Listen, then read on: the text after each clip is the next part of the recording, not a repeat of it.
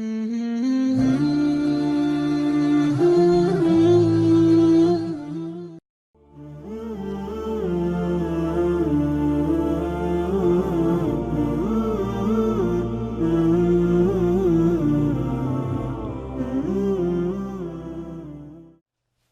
we talk about different qualities of God, we should introduce to you some classifications of divine attributes.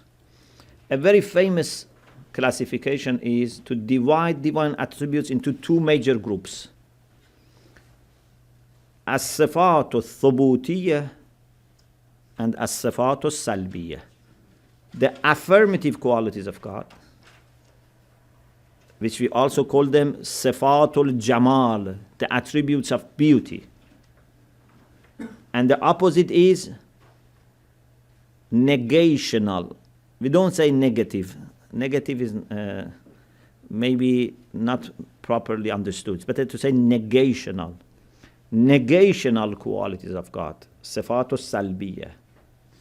Or sifatul jalal, attributes of glory, in contrast to attributes of beauty. Okay? So we have sifat subutiyeh or sifat jamal, and we have sifat salbiyeh or sifat jalal. At the first group, the first category, sifatul subutiyeh or sifatul jamal, or affirmative attributes, are those things that we believe they exist for God. These are attributes of perfection, and God has them, like knowledge, like power, like life, like will, irada. There are certain things that we say God does not have them. We negate. Okay? We say they don't exist for God because they are matters of imperfection. For example, God is not compound, doesn't have parts. So, do you affirm being compound or you reject? You reject. Okay? You say God is not murakkab, is not compound. God does not have a space. God does not have time. God is not visible. Okay? You cannot see God by your physical eyes. So, these are sifat salbiyah. You negate. Okay? Why they are called sifatul jalal, glory? Because these are signs of imperfection, and we should glorify God with respect to them. Say, Subhanallah, God should be glorified to be like this. God is not a compound. God is not visible. God is not limited. Okay? So the reason we call them sifatul jalal means God is greater than being compound, than being, visible. Okay? But sifatul jamal means they are perfection, they are beautiful, so we say God has them. Is it clear? Another classification.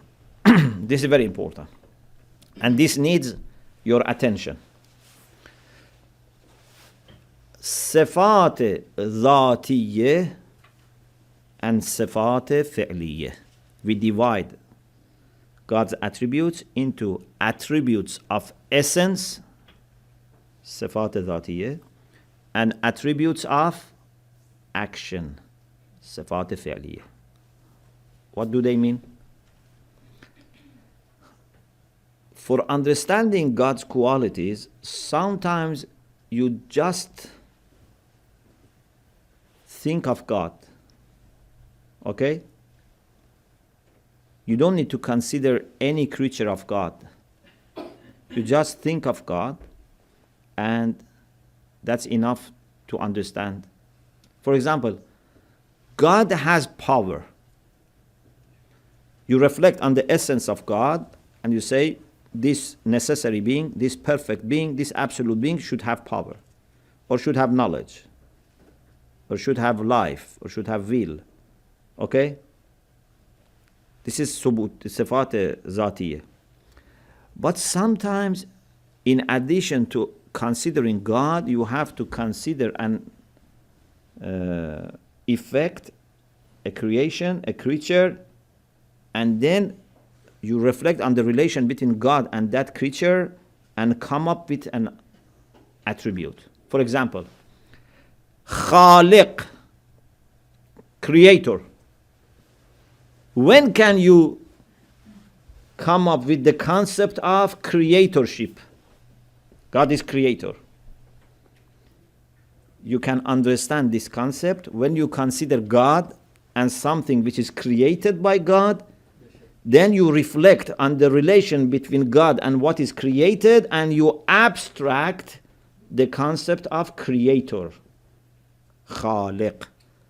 So if there is no makhluk, you don't come up with the concept of Khaliq. Okay? So when God is actually Khaliq,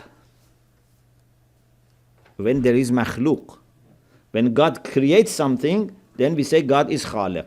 Yes, the ability to create is always there.